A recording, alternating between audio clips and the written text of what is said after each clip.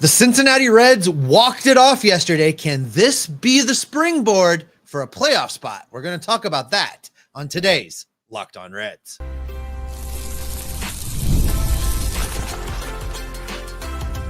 You are Locked On Reds, your daily Cincinnati Reds podcast, part of the Locked On Podcast Network, your team every day.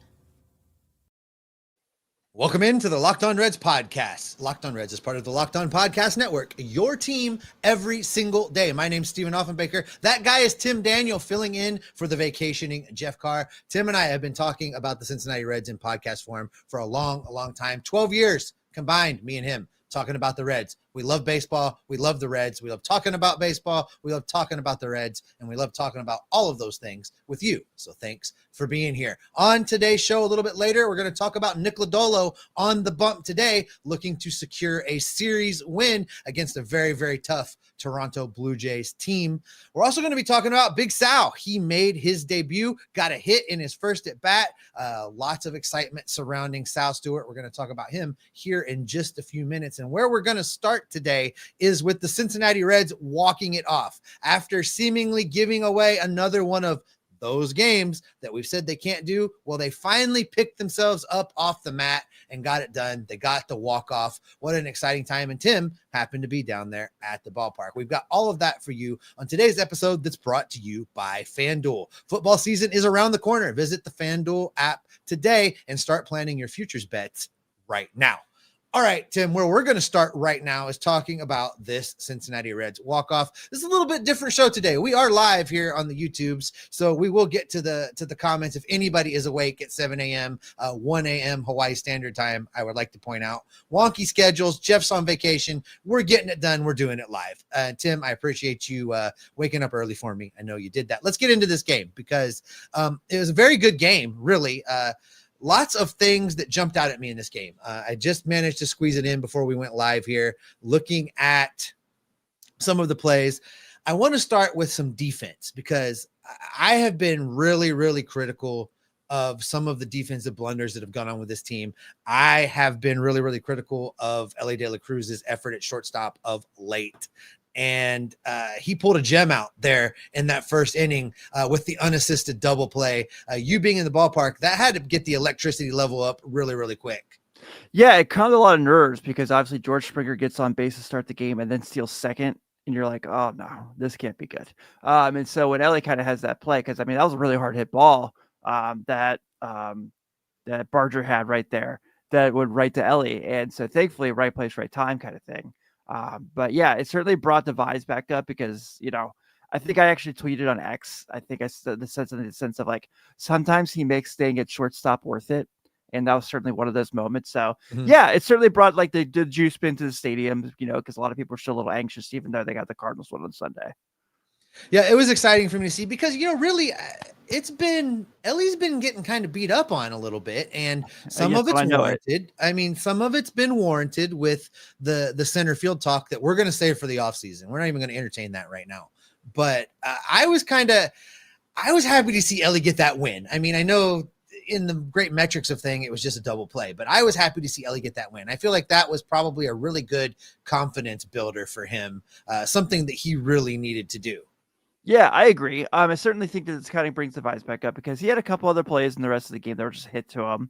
And, you know, sometimes the routine ones are the ones that are the hardest ones for him. And so it seems like he kind of settled in, and I think that helped a lot. And I don't know if you got to we're going to bring up the Key Bryant double play too, because that was. We can talk about that too. And Key Bryant, I watched your postcast a little while ago. And one of your everydayers, maybe our everydayers, I can't remember the name, that's why, but somebody in your comment section said that, are we feeling a little spoiled that we thought Key Bryant was going to make that barehanded play? I'm all in on Key Bryant Hayes and his defense. I know that you're trying to claim the title of president of the Key Bryant Hayes fan club, and I think that Jeff's probably going to fight you on that a little bit, but man, has he been good. Not only has he been just as advertised defensively, but the fact that he's 40 plus points, 40 plus OPS plus points better. However you say that, it's late, guys. I'm sorry. But he's a lot better OPS plus wise for the Cincinnati Reds than he was for the Pittsburgh Pirates. He's been a pleasant surprise. I am really happy with what he's delivered. And we're seeing it game in and game out. And then he goes out, was he 3 for 5? I don't have it in front of me. 3 for 4, yeah. 3 for 4 in the game yesterday. I'll take that every single day of the week from him.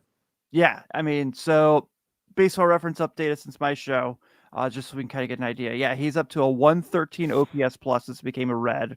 And as I said on my show yesterday, when he left the Pirates, he was at 60. So it's a big jump. 50 points better. He's 53 points better as a Red right now than he was in Pittsburgh. And I'll tell you this, leaving the city of Pittsburgh will make you 53 points better at anything that you're doing. Damn right. Yep. Damn right. So talk about that double play a little bit, because it was a big double play from Key Brian Hayes. Yeah, I kind of mentioned on the postcast last night. So if you guys are seeing both shows, I apologize if I'm repeating myself. But I guess the way that they shifted the defense, he was basically playing shortstop. And so the way that the ball got hit right to him, Elly's covering the bag. So you had the very rare 5-6-3 double play, which was like kind of, it was cool though, because he got it, he scooped it, threw it in there. And then Elly has a great flip to Spencer Steer. And I feel like those are like I don't know, and this might get super baseball nerdy. Like this might be something where we got to go do a live stream from the Sabermetrics conference. Have you noticed when Elly's covering the bag, the double plays are better than if he's the one like starting the double play? He's quick on the turn. He's definitely quick on the turn. And interesting enough, because we're going to be a little nerdy today, guys. We're going to get to your questions and comments throughout the show. With the scoring, the 5-6-3 double play, that's around the horn. That's normally an around the horn double play.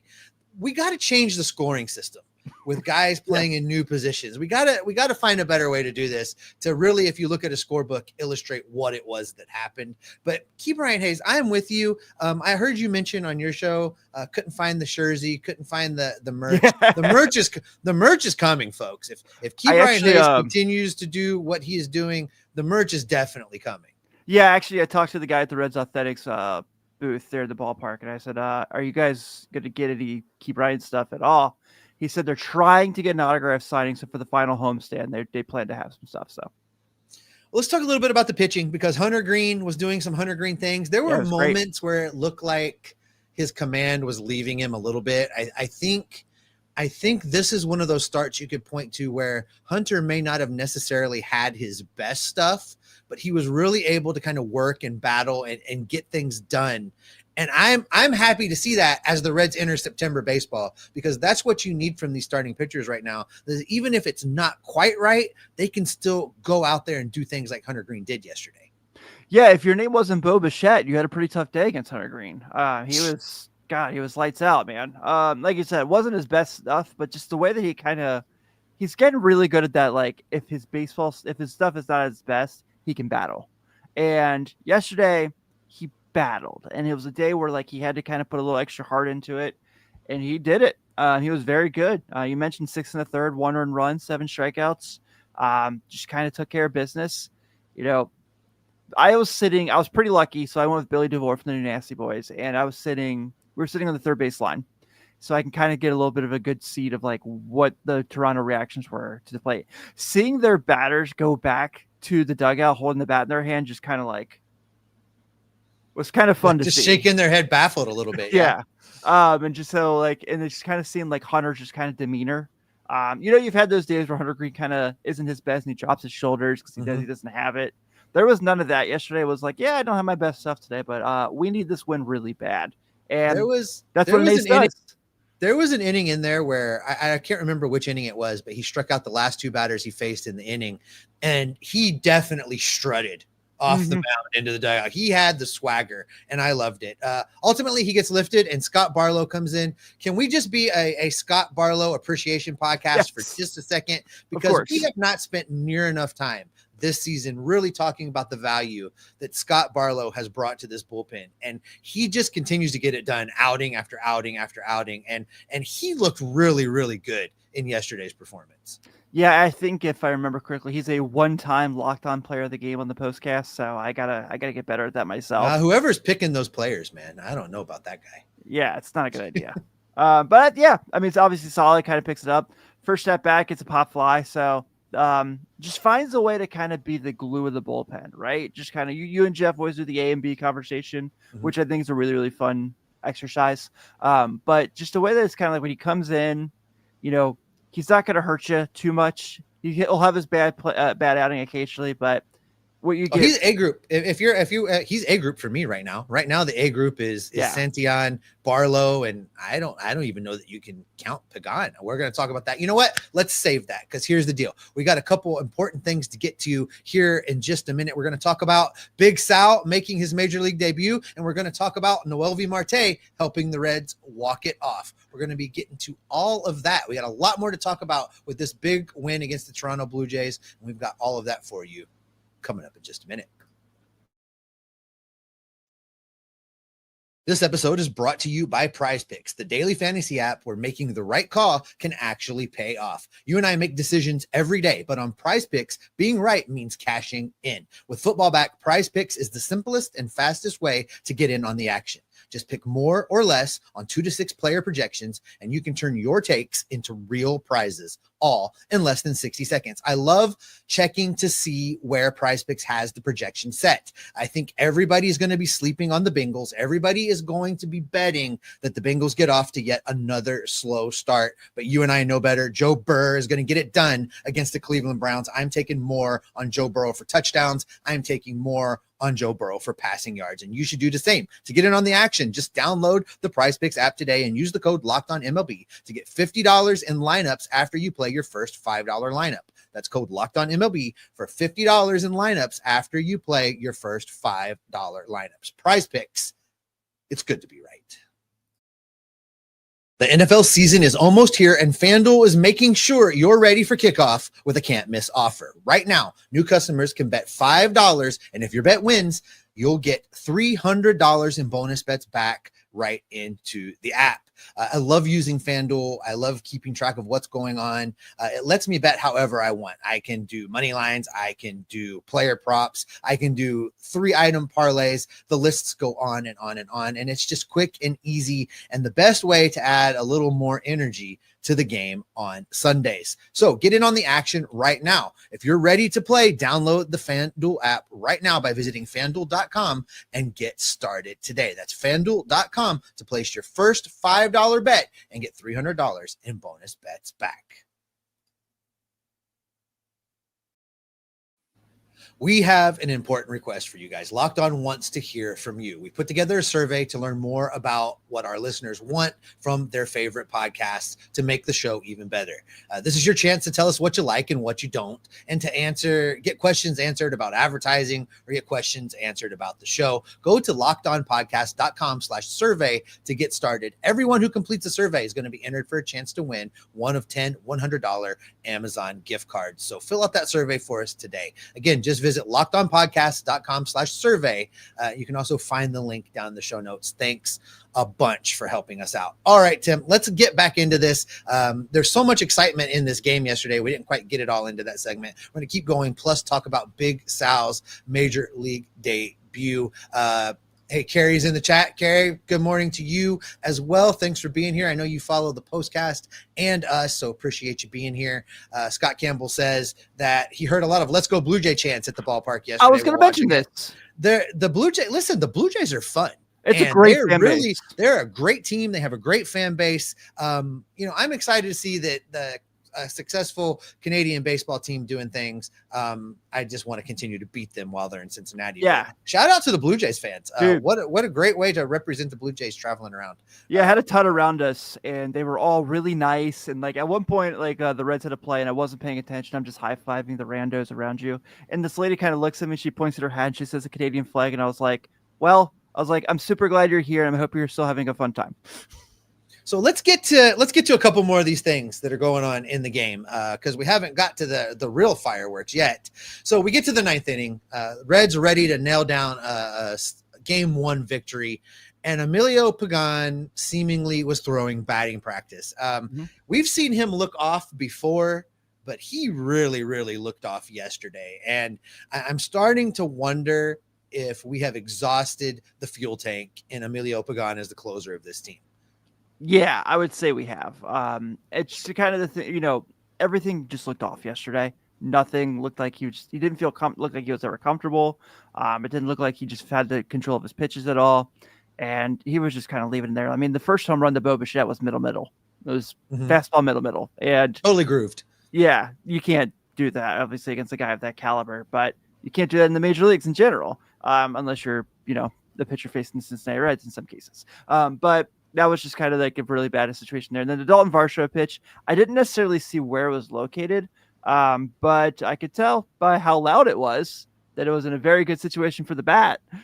So, yeah, those were definitely rough. And then shout out Yusfer Zulueta getting his first big league win. There you go. Right. Yeah, I won't share what the text I was sending you at the time said about Emilio Pagan, but then we get to the bottom of the ninth, and a lot of things happened in the bottom of the ninth.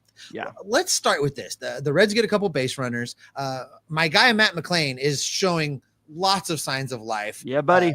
He gets on base. The Reds are in a position to do this thing, and they end up with the ball stuck in the wall. It looks like they tied the game.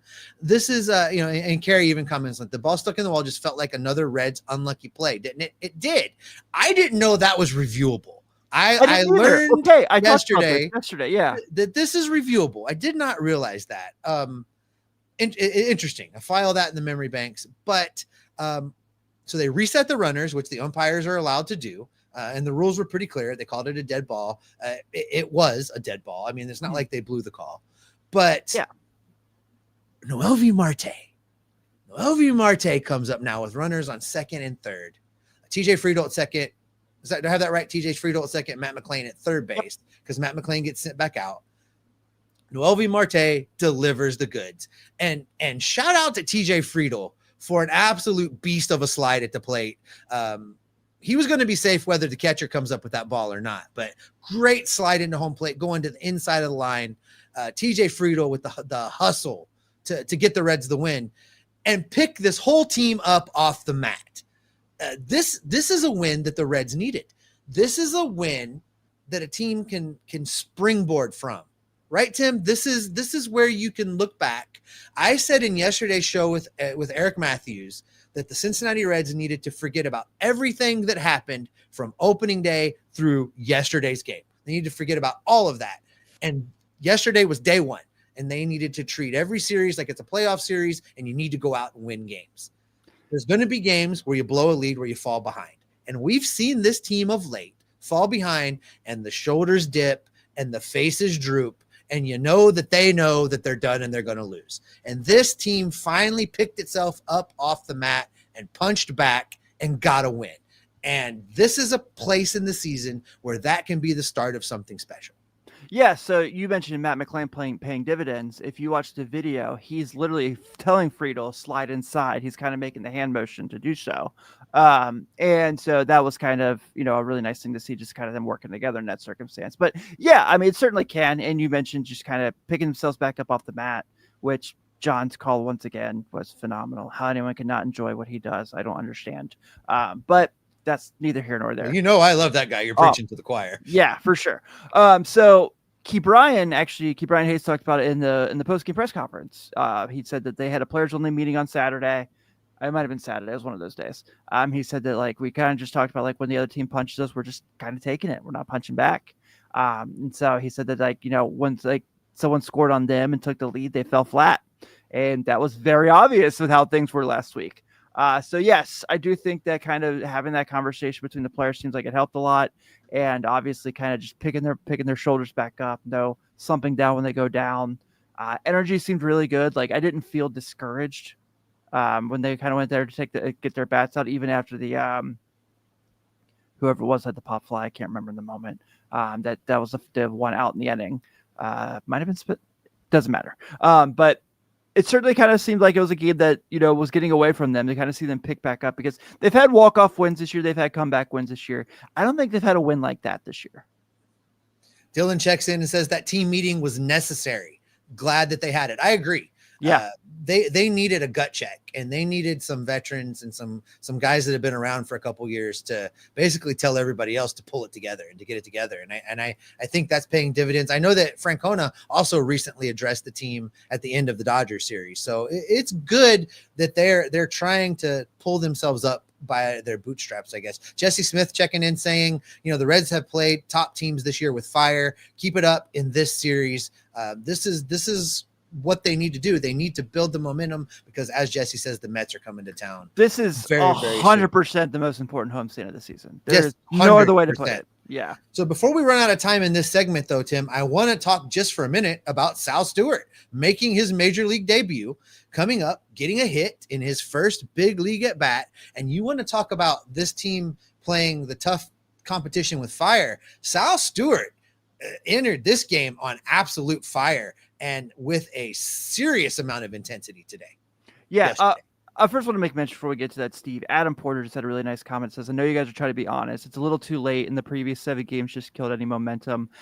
I can't fight anybody for having that thought process. I really can't. So I get it. I need to be happy, darn it. And I'm going to do everything I possibly can to be happy about this baseball team. But right. So, no, 100%. Yeah. Yeah. There's nothing wrong with Adam saying that. He's not wrong whatsoever. But they're still somehow only 3.5 out. It's 4 games now because the Mets ended up winning yesterday. Okay, so it's as we're talking right now, it's 4 games with a month to play. And the guy that's in front of them, they've got a 3-game set this week. I'm not quite ready to throw in the towel. Jeff and I did this last week when we had our cathartic meltdown on Friday. I did the same thing. That while it looks bleak, we're not quite ready to pronounce it, and there's still time, and I'm still standing by that. It's going to be day by day, but I'm still standing by that. Now, let's get to Sal Stewart real quick. Yes, please. He was on fire. You were at the ballpark. Mm-hmm. You've seen a couple debuts this year. How'd this one look to you? It was really fun, man, because, with Chase Burns, Chase was so, focused on just getting outs, and he was so good at it his debut. That was a blast. But this one was kind of neat because, on the contrary to what Terry Francona tried to get him to do, which was move the runner over in his first at-bat, he goes out there and swings through and gets a big hit, moves Gavin Lux to third. I know Gavin Lux didn't score on that play, but that helped out a lot in that inning, obviously, when Key Bryant comes up and gets the RBI. But then he scores later in the inning. And Steve, he full on did the college player thing, and I absolutely loved. He slides in the home plate, helmet falls off, of course, and it doesn't get up and just walk to the dugout. No, pumps his chest, tries to get the crowd into it it's like a third down on a football game. It was awesome. It was absolutely awesome. I want more of that. I need that energy from everybody. Maybe not everybody. It could get a little over the top. But just the fact that obviously he's feeling the vibes because it's his big league debut and the energy levels there. That was awesome, man. And that stuff's infectious. Oh, 1,000%. When you're around that kind of energy, it is infectious. It is contagious. And I think we saw a little bit of that in yesterday's game. Yeah, that's why you guys brought me to Locked On. It's just I bring the same energy. Just as infectious. I had a joke and I filtered it. At any rate, we're going to move on here in just a second. The Reds have an opportunity today to secure this series with Nick Lodolo on the mound. And coming up, we're going to dig in what that matchup looks like because the Cincinnati Reds could continue to build on this momentum. We're going to talk about all of that coming up next. Hey, Locked On Reds fans, are you paying full price for gas? Stop leaving money behind. Get cash back every time you fill up with the free Upside app. Simply download the free Upside app in the App Store or at Google Play right now and start earning cash at the pump today. You can use my limited time promo code SEASON, that's SEASON, and get an extra 25 cents back per gallon on your first fill up. You can make up to $300 per year just from buying the gas you already needed. At first, I thought it was too good to be true, but it's totally legit. Real people are getting paid just to make their daily commutes, and you can too. Plus, you can cash out at any time to your bank account, PayPal, or an e-gift card for Amazon or other brands. Don't let this offer drive on by. Download the free Upside app today and use my limited promo code SEASON, that's SEASON, to get 25 cents per gallon bonus on your first fill up. That's promo code SEASON, SEASON. Offers vary by user and location. Go to upside.com for terms and conditions. If you can't watch us here on YouTube, you can listen to us on your favorite podcasting app. We're pretty much on every single one of them that's out there. And if you find one we're not on and you need us to be on it, message Jeff. He can probably make it happen for you. Also, make sure you click the subscribe button, the notification bell, so you get all of the great content we've got coming for you. You get Jeff Carr and I Monday through Friday on the Locked On Reds show. You get Tim over there on the Reds postcast after each and every Reds game, plus anything special we drop along the way. Also, go check out Locked On MLB Game Night on the Locked On MLB channel. They are watching every single game, every single night, so that you don't have to. All right, Tim, the Reds find themselves now in a position to win this series against the Toronto Blue Jays team that came into the series 20 games over 500, a team that also needs to win. They only have a 2-game lead in their division. And that still matters. It doesn't, quite matter as much with the way the playoffs are expanded, but it still matters. So the Reds can secure this. They can get it done. And I look now with Nick Lodolo going for the Reds tonight, and I think the pitching matchup favors them just a little bit. I think that they've got the momentum behind them now, and I have a reasonable expectation they could win this series tonight. I do too. If you look at the matchup section on the beautiful MLB app, there's not a lot of at-bats for these current Blue Jay players against Lodolo, and that makes a lot of sense, obviously, with the fact that they only play like a series a year. But the only guy on the there's only 2 guys on the current Toronto Blue Jays roster to have a hit off Nick Lodolo. One is Miles Straw. Would have been the last person I would have guessed would have had a hit off Nick Lodolo on that roster. And the other is Tyler Heineman, who I kind of remember.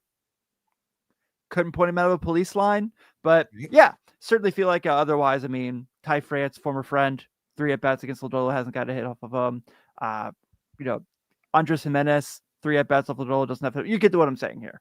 On the Reds end of things, Jose Barrios is obviously really, really good. So you don't want to kind of discredit him by any means, but and their small sample sizes, the numbers look a lot nicer for the hitting wise there. And I feel like obviously Lodolo pitched really well coming off this last outing from the blister injury.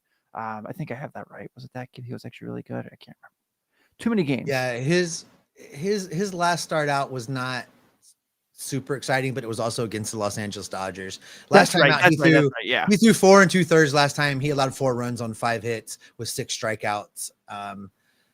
His last 2 starts have been, his previous start before that was where he got hurt with the blister and only pitched an inning and 2/3. So, his last time out was his coming off the injured list. So I think, having a start under his belt now, we're going to get vintage Lodolo. We're going to get him ready to go.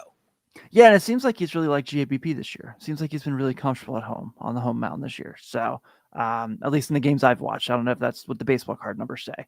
But I feel like for him, yeah. And, maybe like I said, maybe that players only meeting kind of kicked into gear for him too. Maybe it was like, look, my last outing wasn't good. Time for me to get back to being who I am. We can get a series win today against a World Series contender. Let's go ahead and get it done. So I feel like he's going to go out there and bring his best stuff. I think the Reds know that they need him to bring his best stuff. And I'm excited to see how he battles because that's a really good baseball team over there, like we've been mentioning. And I think the Reds have a chance to really kind of put one together here. Now, the lineup's not out yet. Again, and thanks everybody for being here live with us this early in the morning. This is the earliest we have ever done a live, in the 7:00 hour on the East Coast in Cincinnati. I am at 1:29 Hawaii time right now in the morning. So I appreciate you guys being here. The lineup is not out yet. There's a couple things I would like to see when it comes out today. I want Sal Stewart in the lineup playing somewhere. I want him to have back-to-back days. Let's just keep rolling with it. My thought is what they'll do is they'll play him at second base today.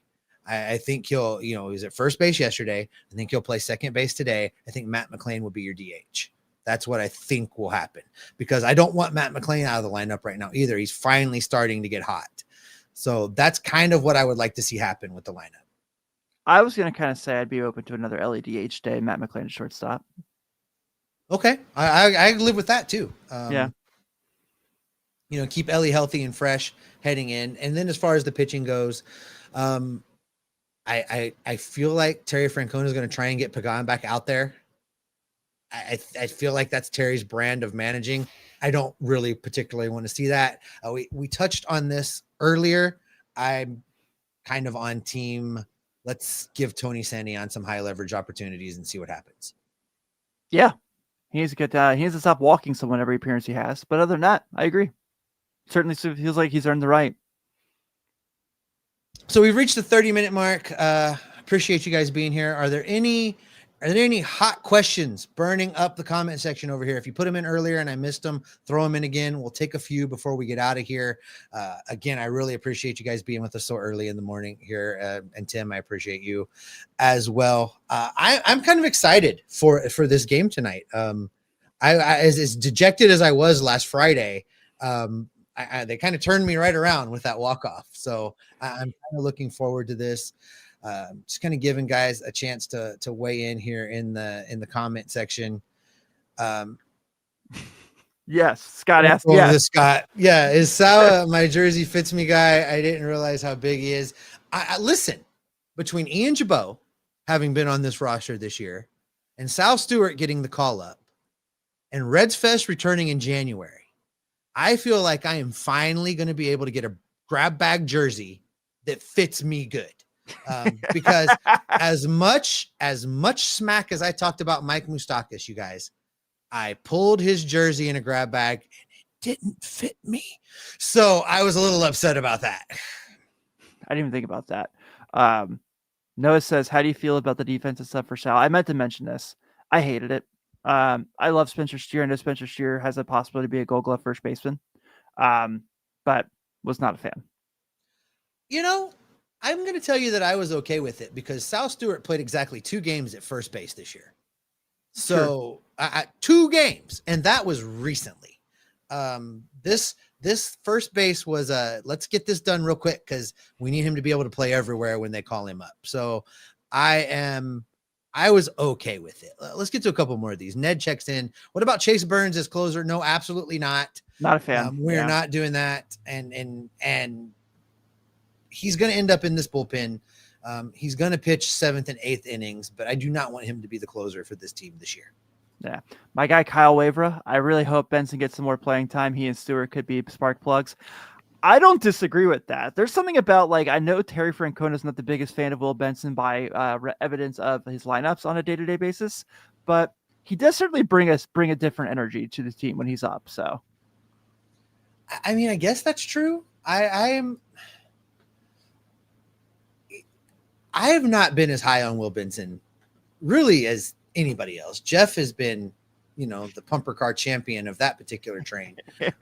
But I want him to be good. I want him to be somebody that we can rely on and that we can kind of count on to be something special. But, I would never say something special. I just, he's got a nice height to him. He's got a nice height to him. 80 OPS plus this year, 76 the year before. Maybe that's who he is. I don't know. I could be wrong. Yeah. Is this the Mets' biggest? Oh yeah, that's an absolutely.